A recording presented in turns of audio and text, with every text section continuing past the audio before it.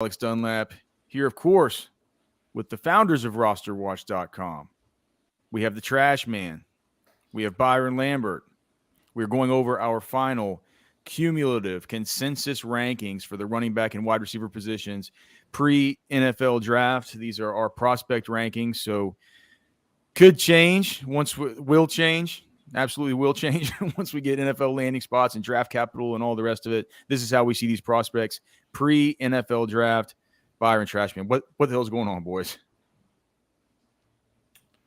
Just getting fired up, man. Trashman, of course, has a some kind of voucher that was donated to him, the airline voucher that is near expiration. So I got a call the other day that he wants to come crash the twin bed trundle I got in the guest room this week, man. He's gonna be sleeping about 10 inches off the floor. Trashman heads to Florida. You guys aren't going to do any of that. You guys aren't going to do any of that tarpon fishing out there during the time off from the draft festivities, are you? I don't think this year. Trashman, he's already got a couple of notches on his belt for the tarpon, so I think he's on to other species at this point. Dude, I was done with tarpon the minute I landed that one last time. I think you were done with tarpon before you landed it. I think you were done with tarpon about. I honestly thought we were going to have to call. I thought we were going to have to call the Care Flight helicopter. And I'm not even kidding about that. You guys thought I was done with life. Alex gets this fish and big tarpon, and I think what happened, just from my perspective, was I think Alex thought he was going to get this fish to the boat pretty quick. And then once the tables get turned on you, man, it kind of is it's a hit to your morale. And next thing I know, Alex's shirt goes from bone dry to just sopping wet in about 15 minutes. He's up there just sweating like a maniac. But that was a story we won't forget, man. It hurts bad, man. You get that fish right up to the boat, man, and you think you got him. Next thing you know, it's just zing. It's like he's farther out than you would have ever thought. But yeah, man. So we got these fish. That we're reeling into the boat right now at the running back and wide receiver positions, hoping that they fall to the spots that we like. So let's just go ahead and get started on it. We'll go over like the top 5, 10-ish types of guys at each position, hit on some dudes who we might be higher on or lower on than consensus, or higher on or lower on than the rest of the crew. Like I said, make sure and stay tuned over at Roster Watch. We always get the Dynasty Rookie cheat sheets up, usually the Sunday and Monday, the Monday morning. We know you guys love your Dynasty drafts on Monday morning, starting after the draft. So the rookie cheat sheet will always be up by then. Once we have the draft capital for these players, once we have the landing spots for these players, we'll have a whole new set of analysis to go through, and certainly hope that some of these top guys fall to some good spots. Some won't, some won't. That's just how it goes. But we're here. We're back. The hay's in the barn from the evaluation standpoint. We're done. And this is how it shook out. You guys want to start with running back? Let's start with running back. All right. At the top of the heap, I think let's just each go over like one thing you want to say about Bijan Robinson. I don't think that anybody's going to have any, it was like Byron, Trashman and I had this discussion. I started to sit down and write the Bijan Robinson rookie profile, Mm-hmm. I'm like, why am I even doing this? Everybody knows who he is. Everybody knows who he is. Everyone knows he's the best. Everyone's seen him. Do you have anything left to say about Bijan at this point in the process? Yeah, I came up with a comp I haven't seen anybody else use, and it's LaDainian Tomlinson, which I think really captures the overall spirit of Bijan's game and reflects the quality of prospect that he is. I mean, if you think about it, we really had quite a run of top shelf running back prospects in the last several years, all the way from what we had. We have Todd Gurley, we had Ezekiel Elliott, we had Melvin Gordon, we had Leonard Fournette, Saquon Barkley, Christian McCaffrey, right? I mean, it's been Jonathan Taylor. It's been quite the run. I mean, Nick Chubb has obviously emerged. We saw Derrick Henry become a king, but Bijan he's a He's just a very unique blend. I was always thinking when we were watching Longhorns games the last few years, I saw kind of a hybrid between maybe a Saquon Barkley and a Nick Chubb. And I saw he only weighed in at about 215, so he's not quite as big as those guys. And when you start looking at all the measurables, LaDainian Tomlinson starts to pop up. And Bijan is so fluid, I think, in all aspects of the game. I just think he has that very fluid style. He's powerful, he's fast, he's fluid, though he can catch. And so I think it's a very unique blend, and he's going to be I have no question he's going to be a big time player. Yeah, the only question about Bijan is where is he going to end up? You know, in my opinion. Well, probably he's now a favorite to go on DraftKings. He's now a favorite to go higher than 15.5. So, I don't know if that's what the market says right now. So does that make him a Patriot? Yeah. Well, that's where I have him mocked in my right now in my most in the, I'm not sure that it'll be my final landing spot for him, but as I go through my most recent iteration of the mock draft for the Huddle Report, I do have him going to New England. It's just like at that point, it feels like Belichick would be like, well, it's a guy who we've consistently heard from everybody who is in the know, either behind the scenes or just, guys like Daniel Jeremiah or the rest of these dudes who kind of know what's up. The teams have him at the top of their big boards. It's just a matter of the positional scarcity and stuff like that. People see him as the second, third best player in this draft. I could totally see him getting to Belichick and Belichick saying, what are we doing? Let's take the guy that's like number 2 on our big board. And then Ramondre Stevenson just goes poof. Oh man, talk about these guys that have Ramondre top 20 in Dynasty. After Bijan, clearly he's a generational talent, man. He's awesome. That's just not the Texas Longhorns in us. That's like everybody can see it in him. After that, we have a little bit of disagreement here with the next, I guess, 3 players. But with that being said, Jahmyr Gibbs comes out from Alabama. Jahmyr Gibbs comes out as our overall number 2. I have him ranked as my number 2 running back. You guys each have different guys ranked as number 2, but you both have Jahmyr Gibbs ranked at number 3. For me, when I see Jahmyr Gibbs, I know people worry about the 199 pounds. But people say these sub 200-pound running backs, they don't do this. They haven't done this. Like all the rest, it's all you can look at is the RB1 seasons would be like one crazy Philip Lindsay season or one crazy Tariq Cohen season. Or, there were a few others, Trashman, that we had identified. I forgot. Maybe Myles Gaskin had one of those seasons where he was like an RB14 or something at 180 something pounds. To me, that's more applicable to Devon A-Chain than it is to Jahmyr Gibbs, because we're talking about a guy that's only like 3 pounds less than guys like Austin Eckler. How much does the extra like 5 pounds you need to get to, Christian McCaffrey's general playing weight as he started? Like, to me, I understand how people don't want to compare him to Alvin Kamara because the size isn't quite. You're looking more like a 15-pound difference then. But how much different is the Jahmyr Gibbs, size wise, from an Austin Eckler? I've heard Trashman's side of this, so I'd like to hear from Byron. Just like when you watch Gibbs, what did you see? I saw that some of the comps you added in here were like Warwick Dunn. You also have an Aaron Jones comp that I'm, so where are you on Gibbs? I know he's not your number 2, but he is our cumulative number 2. I have him at 2. You both have him at 3. I think you're on mute, Byron.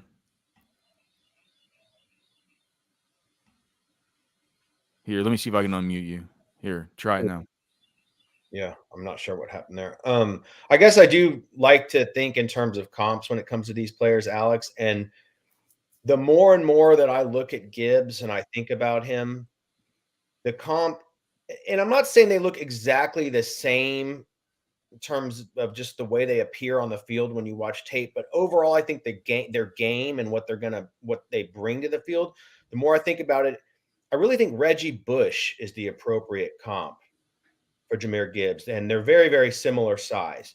And so one distinction I would like to make is you mentioned a guy like Christian McCaffrey, even guys like Aaron Jones, these more in like the 205-ish pound range or whatnot, maybe a little bit more than a couple pounds more than that.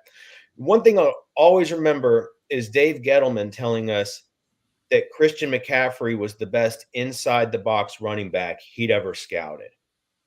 So to me, that's a distinguishing factor. When it comes to Gibbs, I see a guy that just really loves to bounce it outside versus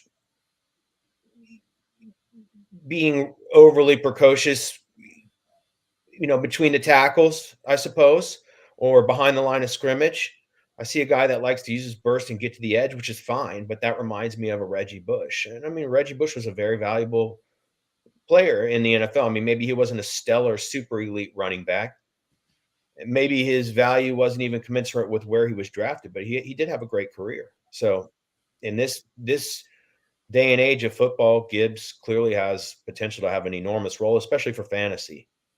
Yeah, and just his ability to catch the football out of the backfield, 16% target share. It's I think Trashman I think maybe the worst case scenario that I can envision with Jahmyr Gibbs is James Cook. What James Cook has been to start his career. Worst case, James Cook. Best case, the more I think about it, is like a Jamal Charles, who I think. I mean, I just looked up his weight right now. It was 199. Same as Gibbs. I could see them having a similar impact on a team. Jamal Charles is my son's youth football coach. I think he weighs a little bit more than 199 these days. Not that he's put on a ton of weight, but he's just got a little more fat weight. Alex, speaking of these Longhorns, just really quick, I did want to ask one more thing about Bijan because you have covered the situation so closely. Is his blend of power underrated, or is that just widely acknowledged? I think it's widely acknowledged. I mean, that's the other thing that stands out with that guy is he has a real subtle blend of power in his game. Yeah, for sure. You're getting a little bit of a Trashman. Are you hearing that little kind of? It's like a mic phase. Yeah, you're getting some kind of like a staticky thing whenever you talk recently. If you can just check your mic settings. All right, let's get to the next two here. So we have them tied. So Zach Charbonnet and Kendre Miller. Zach Charbonnet from UCLA, Kendre Miller from TCU are tied for us at number 3 in our consensus rankings. I have Charbonnet at 3. Trashman has him at 2. Byron has him at 6. I'd be interested to hear from it's like you guys have a big Byron and Trashman. You guys have a pretty big discrepancy on him. Trashman looks at Charbonnet, Byron, and he sees Matt Forte. Cockamamie? No, I see that kind of upright runner. I think I'd put Jamal Charles. Yeah, dude. There's something going on with your mic. I'm not sure exactly what's going on. You might just even switch audio inputs. If you need to, just go straight through whatever the system is. But there's something or it could be a cord that's like, yeah. Now it's just turned off. Now it's just turned off. Yeah. I mean, so Trashman.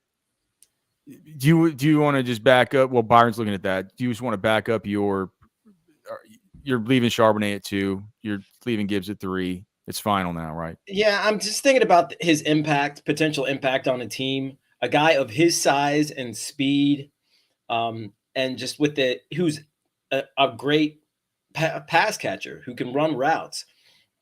I mean, it's like, I wouldn't say it's quite like a Derrick Henry. He's not quite as big as Derrick Henry or powerful, but I see them as a similar kind of player. And people didn't realize, NFL teams didn't realize for a long time that Derrick Henry was as good of a pass catcher as he was.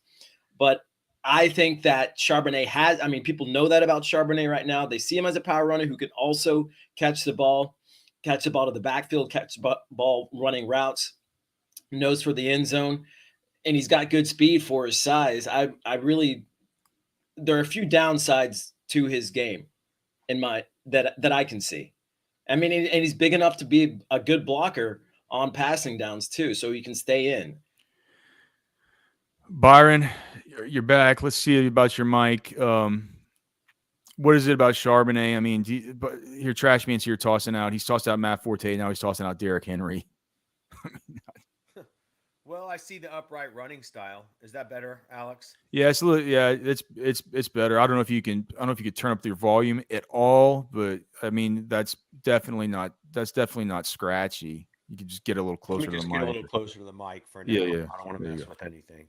I had Jamal Williams for Charbonnet, so I can see the upright style that I think overall it's a little bit of that upright style that is reminiscent, not so much of a Derrick Henry, but of a Matt Forte. And then obviously he's a really good pass catcher on tape. So I think those are fair. Those are absolutely fair comps. I think he's a well-rounded back. He shows some speed. He shows some power. I'm not sure I saw a guy that's going to translate to elite in the NFL, but the traits are certainly there. What do you think of my Rachaad White? He could be a couple spots higher in my rankings. I mean, to be perfectly fair. What do you think of my Rachaad White comp? I think it's solid. Rachaad White is not a spectacular runner. Yeah, he's not a spectacular between the tackles runner. He's a great, and that was the issue coming out in college. Yeah, I think he saw it as much as people kind of reared his head. Yeah, this last year, really, I thought it's still an area he has a lot of room to improve on. Now you're hearing about the Bucs taking another running back, so I think that's fair. That's how I see Charbonnet. I'm not sure I see an elite guy there, but I see a guy who can be impactful and certainly is quite well rounded. And you know who Charbonnet's last visit was to? Who? Tampa. Yeah. That would nuke Rachaad White for sure. The one thing that I would say about him too, just that people don't talk about enough, he's going to be really good at the goal line.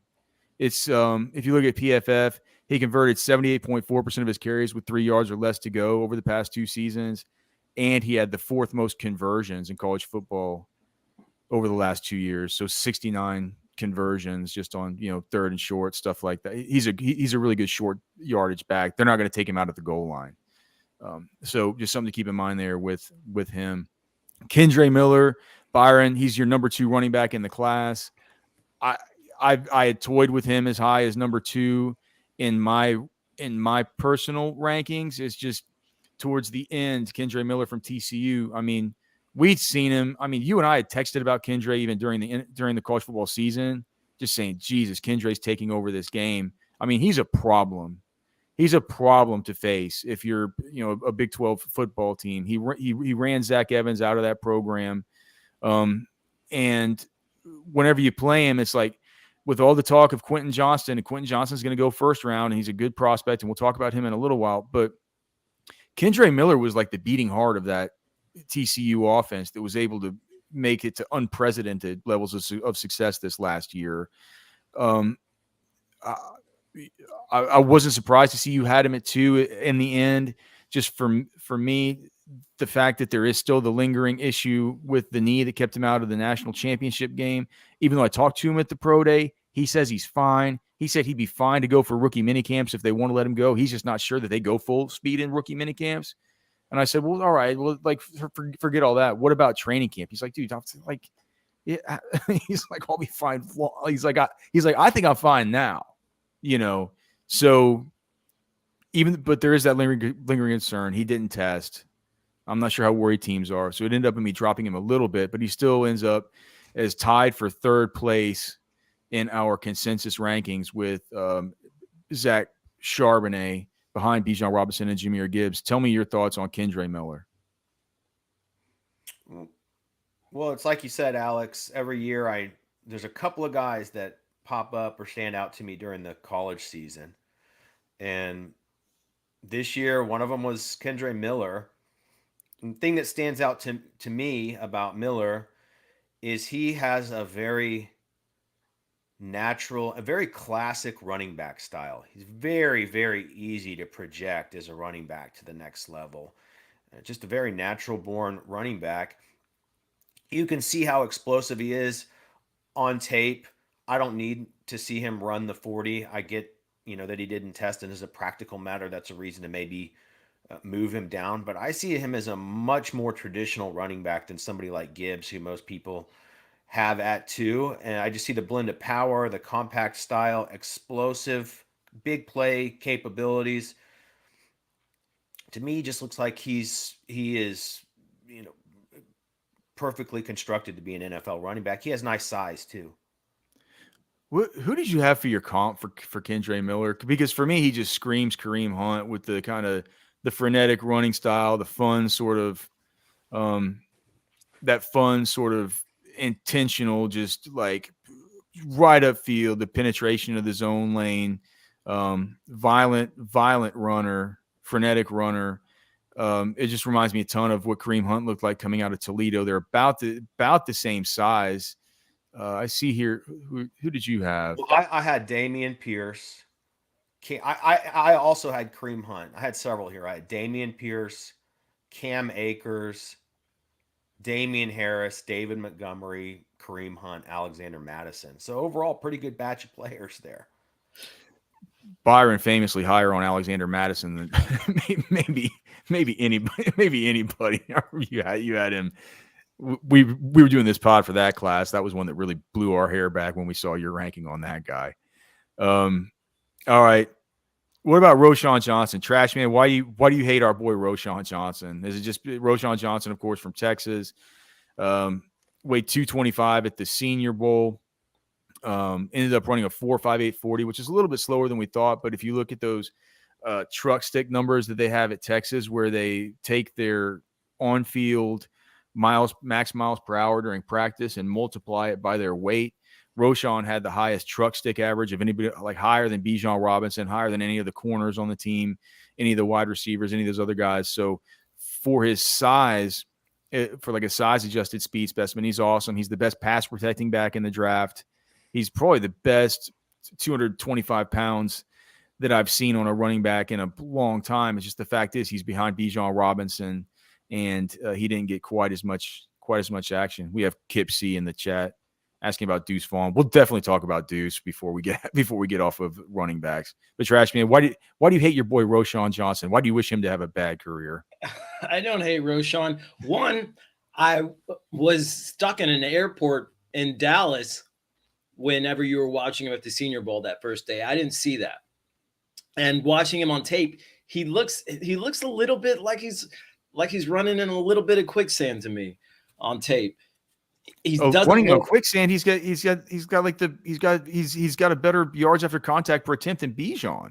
What does that have to do with running like quicksand? I mean, he can bust through contact. He can, I'm talking about speed. I'm talking about burst. And I just don't really see that as much with him. I think he's a well-rounded player. That's what he is to me. He's a well-rounded player. I don't see him as a special player necessarily. And for me, there are some guys who I think look more special to me, and that's why I have them ranked ahead of him. All right, some of the so that's the top 5. We're gonna have these all up for our pro members. For the running backs, we have them ranked through 21. Bijan Robinson at 1, Jahmyr Gibbs at 2, tied for 3rd, and that's not just us being flaky. It's like that's just how it shook out. Spoiler alert, we do have a tie toward the top at wide receiver as well, but that's just how the consensus rankings work out. It's like we have Jahmyr Gibbs at 2, 3, and 3. We have so that's an average of 2.67. But then for Charbonnet, we have him at 3, 2, and 6, which is 3.67. And we have Kendre Miller at 5, 4, and 2, which is an average of 3.67. So those guys are just going to be tied for 3rd for us, and then 5th place we have Roschon Johnson. I think quickly we should just have a quick talk about some of these guys that some of us have ranked way higher than the rest. Izzy Abanikanda, Trashman, you have him ranked as your number 5. Give the case for Abanikanda. He is a junior. I worried a little bit about his lateral agility. After we did have that conversation, though, I went back and looked, and I'm not quite as worried about it anymore. I think you were right. He has a little bit more wiggle to him than I was giving him credit for upon first watching him. That being said, for 5'11", 216, he just does, to me, he doesn't run like a 216 pound back. I'm not sure I know he runs faster than one. Yeah, I mean, yeah. I mean, behind Gibbs, he's the fastest back in that, and out of that top 5 for me.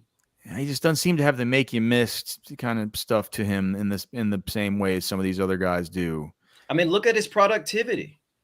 I understand, yeah, man. I mean, after Jordan Addison and Kenny Pickett leave Pittsburgh, it's like it becomes the Izzy Abanikanda offense, and I get that. Byron, you have Abanikanda ranked basically the lowest of all of us. You have him as a top 10 guy. You have any like high level thoughts about him? And we'll talk about a few of these others before we move on to wide receiver. I liked him. I just came away thinking that he's not a starter in the NFL. He's probably a committee guy or a backup guy. And I do agree with the straight line aspect of his style. And then, boy, he has some puny little hands here, huh? 8 1/4, 1/4. 8 1/4. Ooh, that's it's like little baby hands. Yeah, I was noticing earlier your boy Xavier Valade when I was just kind of doing some precursory stuff on him that he had 8.5, and I thought that was small. 8 1/4. That's Burger King commercial, all right? And that's small. I mean, all right. 21 total touchdowns, more touchdowns than anybody else on this on this list.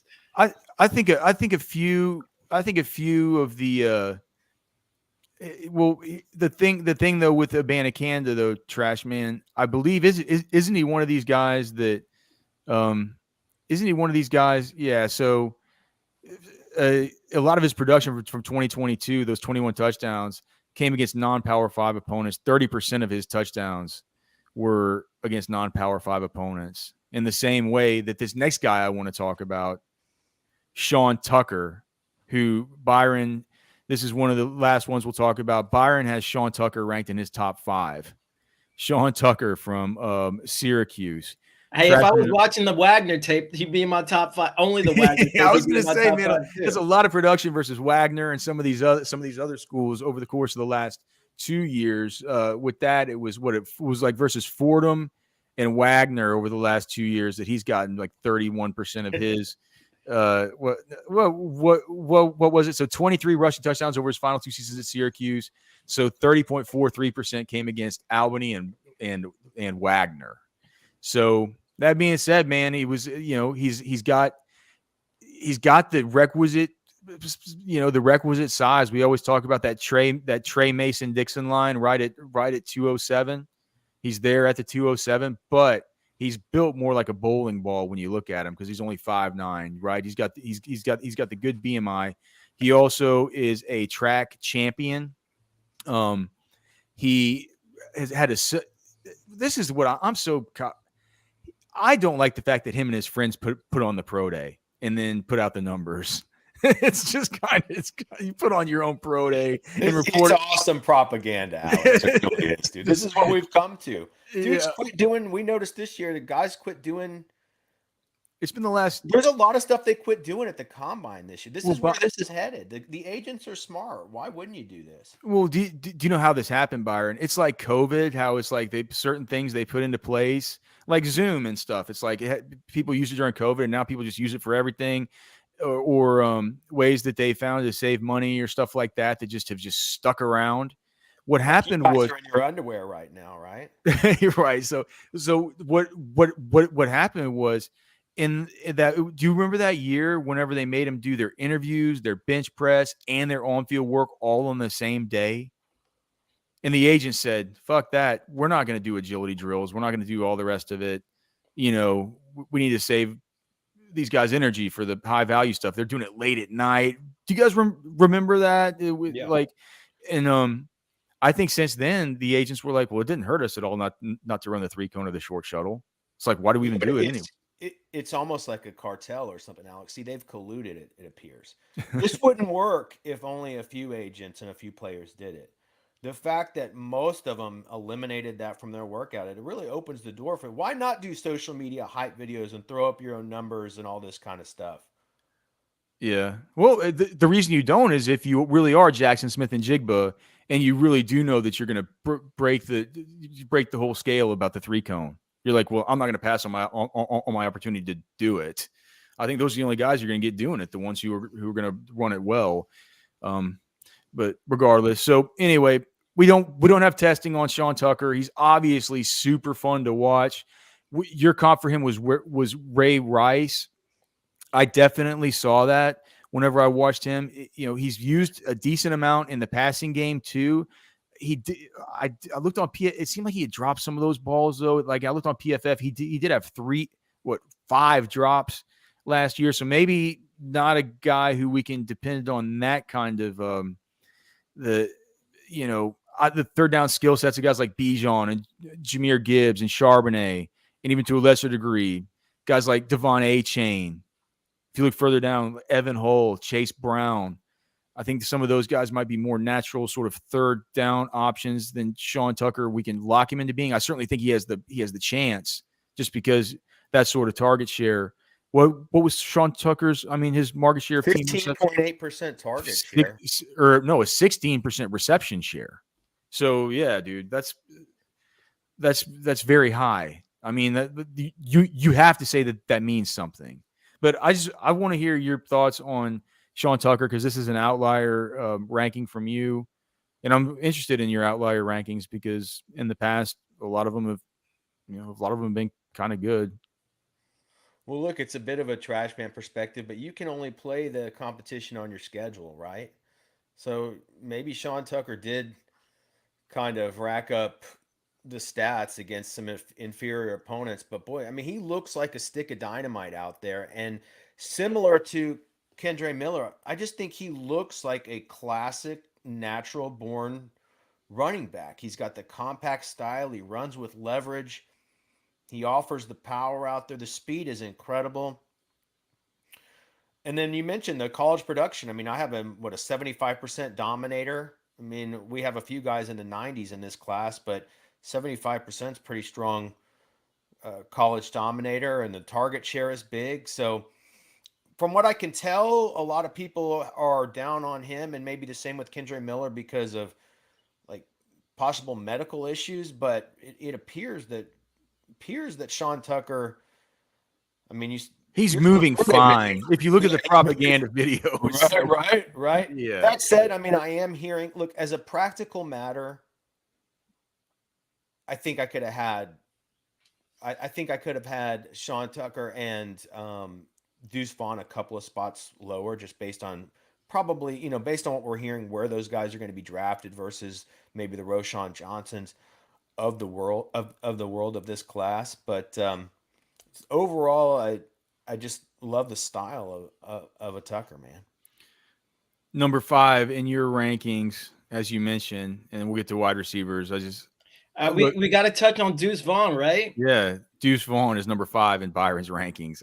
It's the highest I've seen him ranked by anybody because, and I guess it's fitting to have him ranked at 5 because I believe is he actually 5'5"? He's 5'5". 5'5", just rank him at 5, right? It's just 5s all around for Deuce Vaughn. But dude, here's the thing about Deuce Vaughn. We talked about Kendre Miller being a problem.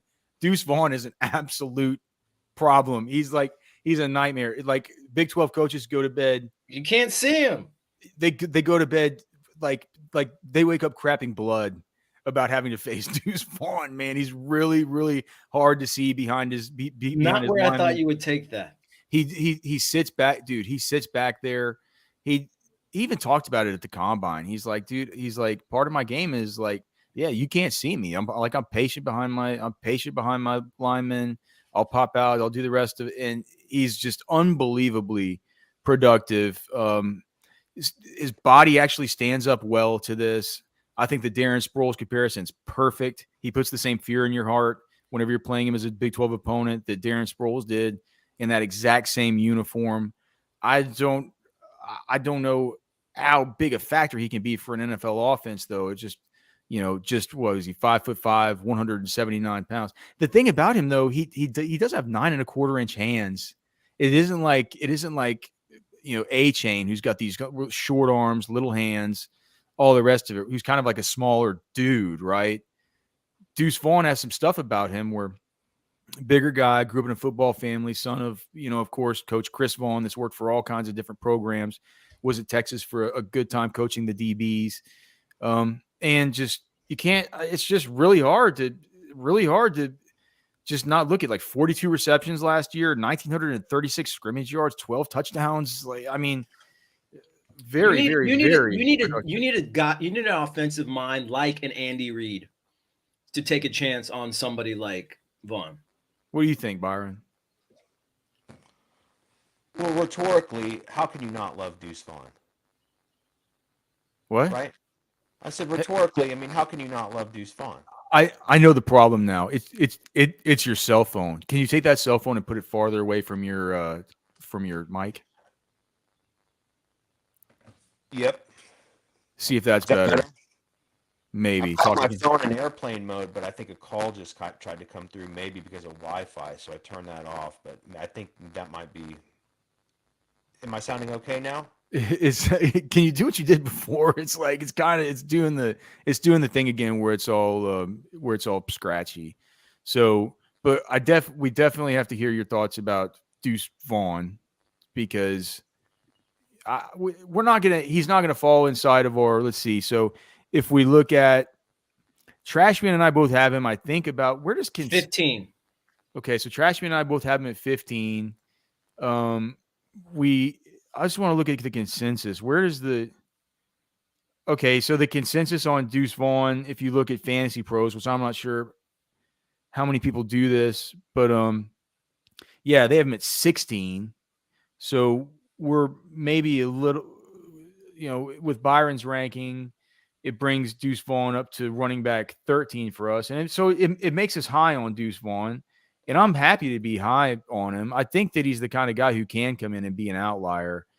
I just think it might be a little bit tough, right? At 5'5". We'll wait for Byron to get back. We'll get his final thoughts on Deuce Vaughn. But for now, Trashman, let's just move over to wide receiver, and we'll just circle back on the Deuce Vaughn stuff. All right. So I finally got you to switch Jackson Smith and Jigba to spot 1. I forced you to. Forced my hand. All right, we got Byron back. Byron, we try talking again. I had my cell phone in airplane mode. There you go. Better? Yeah. But I think somehow calls were still trying to come through on the Wi-Fi, and that was throwing everything off. So, such a popular guy. Yeah, man. This morning, Byron. People calling you to go fish. Airplane mode would take care of things, but all right. So we were going to start wide receiver. We're going to come back to you for Deuce. Just give us your thoughts on Deuce, and let's go to wide receiver. Well, what I was saying is rhetorically, how can you not love Deuce Vaughn? I mean, he's just such a fun player to watch. And look, I think the difference with him is if you look at his pro day times, I saw some people had him even with like a 4.58, but really, if you look at the times, they were kind of all. I saw a range of times, and the fact is, when you watch the guy on tape, it looks like somebody shot him out of a cannon. Yeah, he's running away from big time defenses left and right. I think the difference with Deuce Vaughn too is he's pretty good between the tackles. It's like you said, he's small, but he's got the good BMI. I love the pedigree. His dad is. I know you mentioned it. He's been a coach for several teams, but I think he's with the Cowboys now. So I like that he comes kind of from this football background, and then also the receiving ability. I mean, I see a guy here who might be able to come in and be a James White type role, or like you said, a Darren Sproles. I mean, you hesitate to make the Darren Sproles comp because you think people are going to say that's a lazy comp because it's two K-State guys, right? If I remember correctly, it's the same. They're the same, right? But the truth is, he really is that type of player. So, yeah, I mean, you would love to, Trashman's point, you'd really like to see him get drafted by a team that has a bright offensive mind. And similar guys end up at similar schools. It's like sometimes when there's a guy like that, he's got this issue with him, and he's just small, right? He's small. Deuce Vaughn could have come to Texas. His dad was a coach at Texas at the time. Texas wasn't going to take a guy that was that small. A place like K-State, you sometimes kind of have to, right? So, I mean, it's like, it isn't lazy that certain schools attract certain types of players that sometimes fall along certain lines. And those two certainly I think that's the best comp. It's one of the best comps in this whole draft is Deuce Vaughn to Darren Sproles. I mean, they look like the spitting image of one another. Would you be shocked if 2 years from now we look back and he's some kind of receiving maven from the running back position and is like pretty relevant in fantasy? Absolutely not, especially not in PPR. All right. So speaking about PPR, let's go through the wide receivers here. Our top 5 as we have them ranked cumulatively. Jackson Smith and Jigba, we have at number 1 overall, and then tied at 2, we have Zay Flowers and Quentin Johnston. So Zay Flowers from Boston College, a senior, 5'9", 182. He ran the 4.42 at the combine, and Quentin Johnston, who's coming out as a junior, 6'2.5", 208, ran a 4.50 at the pro day. We've adjusted that to a 4.55. Byron, how do you see those two players vis-a-vis one another? It looks like you have them actually ranked back to back. Was that a hard decision for you there with those two, Zay Flowers versus Quentin Johnston?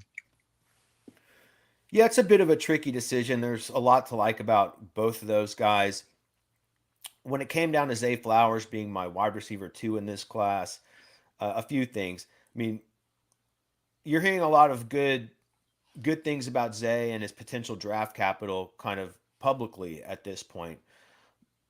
I've been hearing very good things from my sources about Zay Flowers through the entire process, especially recently. I've been hearing, this is a guy that's going to go very, very high in the NFL draft and might want to be one of the only round 1 wide receivers selected. And, I've been hearing round 1 for months now in the draft process. And here's the other thing with Zay Flowers is that ultimately one thing that I've learned to really value over time, I mean, this goes back to the Cooper Kupps of the world, et cetera, is especially for the rookie wide receivers, we want a guy that can run routes and can separate. And so much of the scouting, rookie scouting is, a form of projection, right? And we always say like the value in going to things like the Senior Bowl and the Shrine Bowl is that a lot of the speculation is kind of eliminated because you see the value in that is they're out there against other NFL players practicing. And that's really the only way to scout with any certainty is see NFL players against NFL players in real live action. That's how you're going to know if they translate to, being a good NFL player or not. And the one thing I can say with absolute certainty after seeing Zay Flowers in Las Vegas at the Shrine Bowl, he only practiced for 1 day, but that's all it took.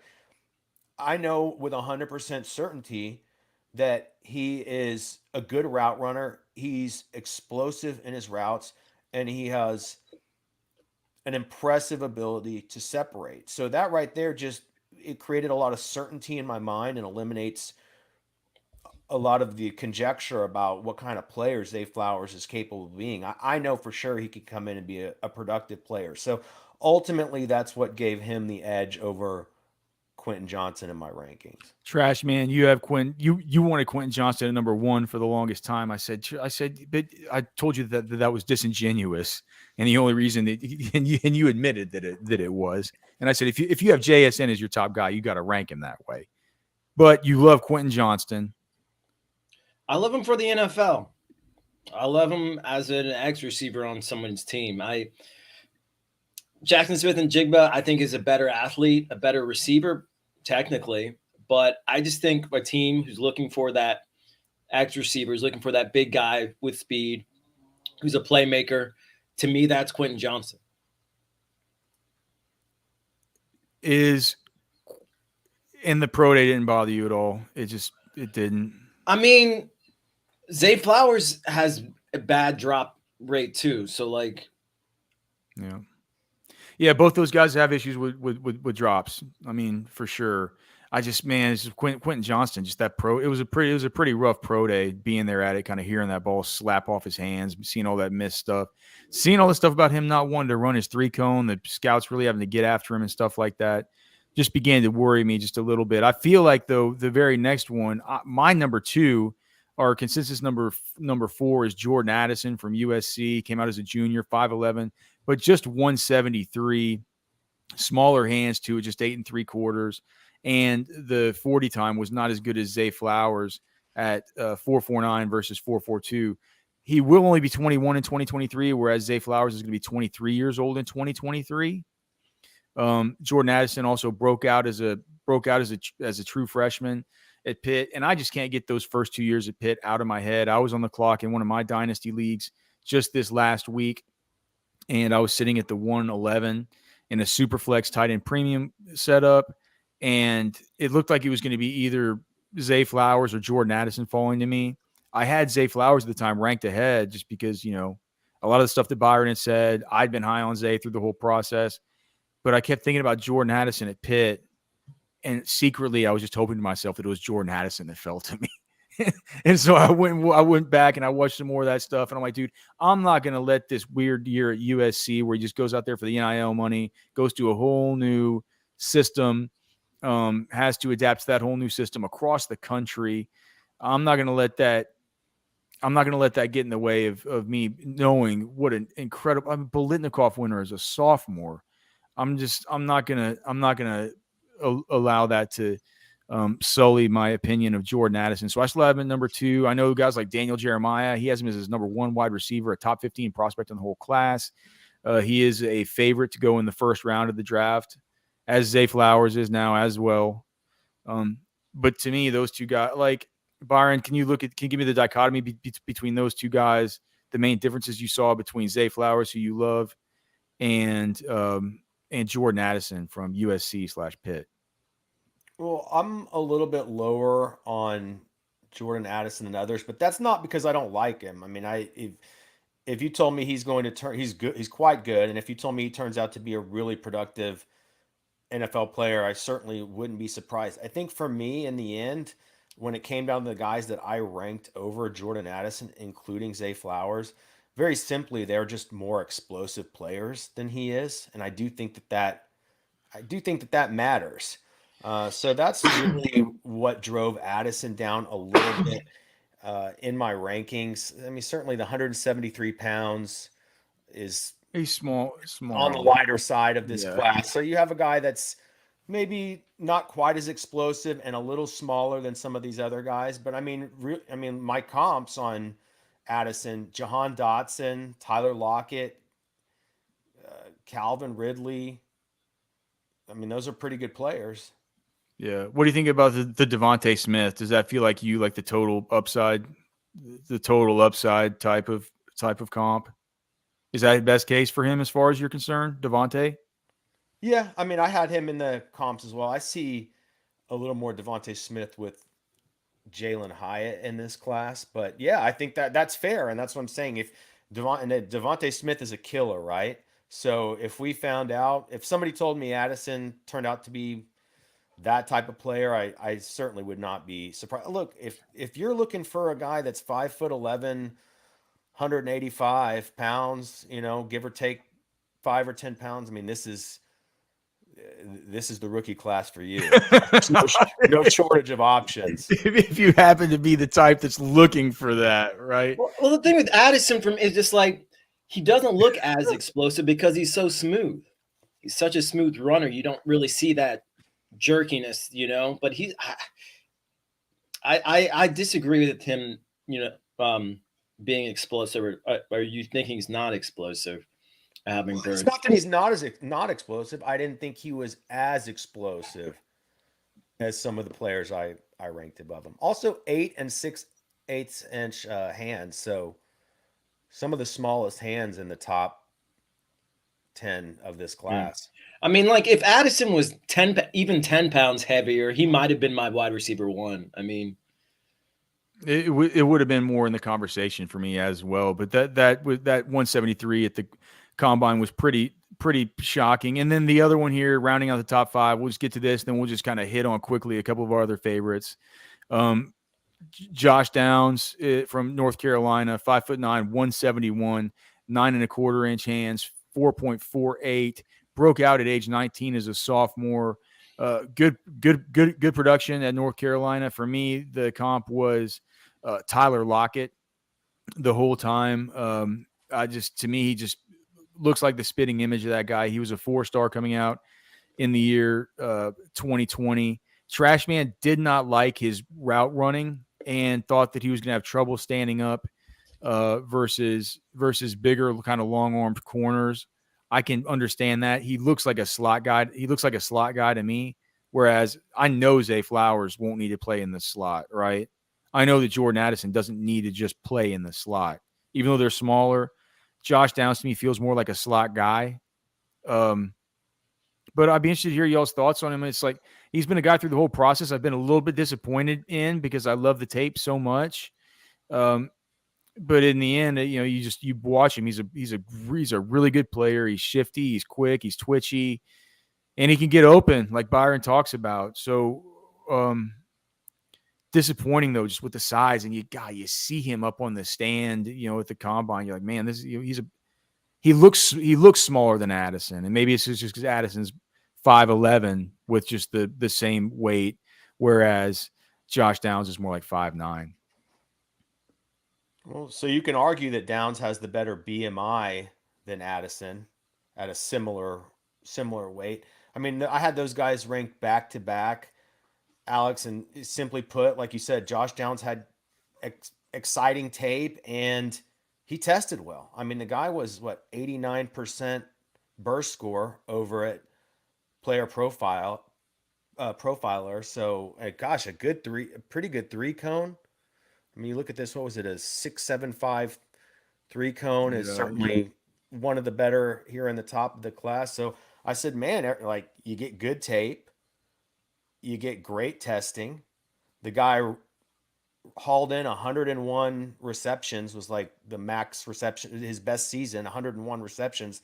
That's a pretty impressive number. Now, I think you make a great point, though, Alex, because I had some explosive guys like Brandon Cooks and Elijah Moore as his comp. But to your point, he is a slot guy. I mean, you see here 12.3 yards per catch, and there's not necessarily anything wrong with that. There's been a lot of great slot receivers, but you do make a good point with that yards per catch. I mean, it may indicate that he has somewhat of a limited role.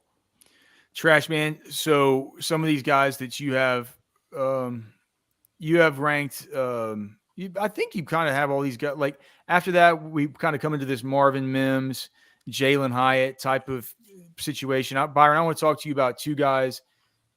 One guy that you have ranked much higher than the rest, and one guy you have ranked much lower than the rest. And we'll talk about the guy that's lower first. And you weren't with us at the Senior Bowl. You were at the Shrine Game, so you didn't get to see Michael Wilson there. Michael Wilson was one of the really good players from the Senior Bowl. Like, he was one of these guys, you go to the Senior Bowl and you're like, okay, you come out of there, you're like, Michael Wilson's a ball player. He's been so injured, right? He's the redshirt senior out of Stanford, 6'2", 213 pounds. He's only going to be 23 this year. Broke out during his sophomore season at age 19 and had Elijah Higgins there also to sort of deal with. And as he's kind of going through his struggles with staying healthy, right? But I mean, he's a good big size guy. Trashman and I both have him inside our personal top 10s. I kind of compared him to a Michael Floyd or a Gabriel Davis type. You have him buried in your rankings. I'm just curious as to, was it just kind of the production obviously wasn't good. If you look at just last season, 26 receptions for 418 yards and 4 touchdowns. I mean, none of that screams anything good. You also had, he plays in the Pac-12, so there was like a COVID thing where they had a cockamamie year. What is it about Michael Wilson? It's just a fact. It's just like you just like other guys better, and some dudes just fall prey to that. Yeah, I mean, it's like I told you and Cody offline. It's just ultimately when you do these rankings, you can't be high on everybody, and you get into the deep throes of these wide receiver rankings. I mean, there's like before you know it, there's 25 guys that you're like, man, there's something decent about all these guys, but ultimately experience has told us that. Most of these dudes that you have ranked outside the top 10, it's really a crapshoot. And I think there's a lot of players to be interested in here. I do think the fact that I was at the Shrine Bowl instead of the Senior Bowl, of course, is a contributing factor. I saw some guys at the Shrine Bowl that had a good week, that tested quite well. And of course, you guys saw Michael Wilson up close and personal. Now, I like Michael Wilson on tape. And in a class that lacks size, of course, I think he's enticing, and maybe that will drive him up the board. I think for me, 12.4 yards per catch in college, that's pretty pathetic. That's not what you want out of a bigger player like this. He's got to be able to get down the field a little bit, in my opinion. He did have the 1.5 split on his 40. He ran 4.58, but the 1.5 split is actually a really good number, especially for a player of his size. So you like that. But he is only 23, but he's kind of he's been around for a long time, very limited production in college. So ultimately those are the things that kind of drove him down the board. But I wouldn't be, if he gets decent draft capital, he turns out to be a solid player, wouldn't be surprised. I had players more like Brian Edwards as my comps, who, look, that was a top 10 guy a few years ago everybody's hyped up about, but he just never really materialized. And then, not that we put a lot of stock in this, but if you want to laugh, you ought to go read Lance Zierlein's write-up on him over on NFL.com. It's scathing. It's not too becoming. Okay. Well, we love Lance. Hey, and you know what? Speaking of Lance, we'll get to this final guy that I wanted to talk to you about. But before then, I just wanted to remind everybody before we get out of here, of course, thank you so much for listening. If you can make sure and rate and review this podcast in Apple Podcasts, Spotify, wherever it is that you listen. I just found out how easy it is to rate podcasts in Spotify.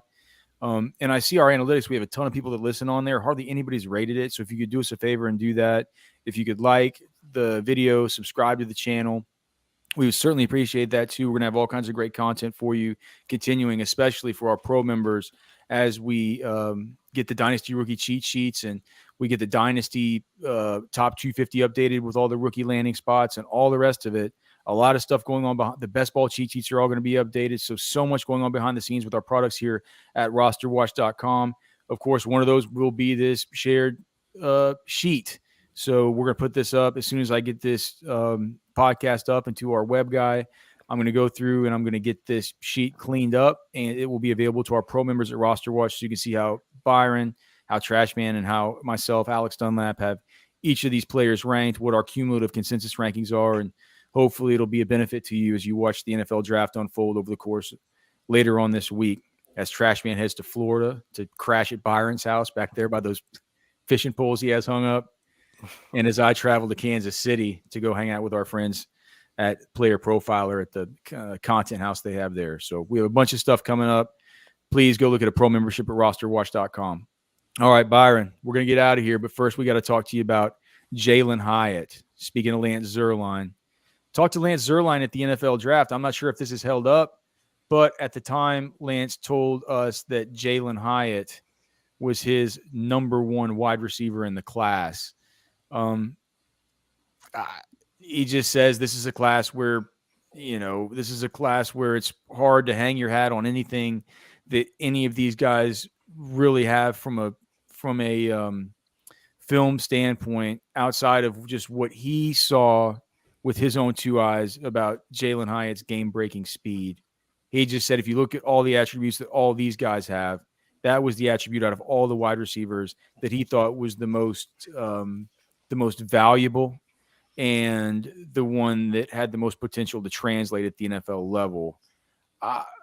You look at from the combine, it's a 4.40. It's not a 4.27 or something. It's not some kind of John Ross. It's not a Curtis Samuel. What do you think? I mean, so you have Jalin Hyatt as your number 4 wide receiver in the class. I just think he's one of those guys in a few years we might look back and say he's a total G. I mean, he's got enormous upside. And I agree with Lance. When in a class that maybe lacks super elite traits or really special characteristics that stands out, that's one of the very few special qualities amongst this rookie class is Jalin Hyatt's explosive capability on tape. And you hear people talk about his limited route tree, and maybe that's a problem, maybe it's not. I mean, I hate to knock him too much for that because who says he can't learn to run those routes? But certainly, I mean, he's like a baby Randy Moss or something on tape, right? I put Deshaun Jackson, Devontae Smith, that guy. If we look back, in a few years and say that Jalen Hyatt is a freak, I won't at all be surprised.